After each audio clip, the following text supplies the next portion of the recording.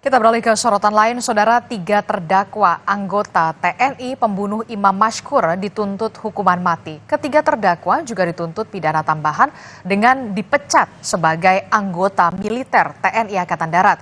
Tuntutan dibacakan dalam sidang lanjutan perkara penculikan, penganiayaan dan pembunuhan terhadap Imam Mashkur di Pengadilan Militer Jakarta Timur.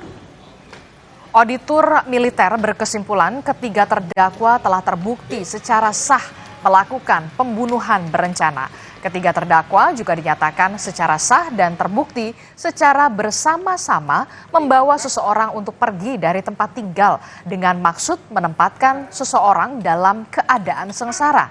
Imam Mashkur adalah penjual obat di Tangerang Selatan, Saudara, dan ia tewas terbunuh oleh para terdakwa usai diculik dari toko obatnya.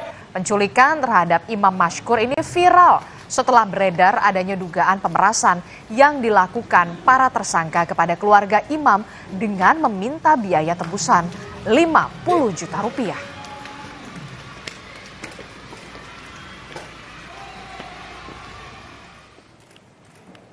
Berdasarkan uraian di atas, kami mohon agar Majelis Hakim Pengadilan Militer 208 Jakarta menyatakan para terdakwa terbukti bersalah melakukan tindak pidana secara bersama-sama melakukan pembunuhan berencana sebagaimana diatur dan diancam dalam pasal 340 KUHP itu pasal 55 ayat 1 ke 1 KUHP, dan secara bersama-sama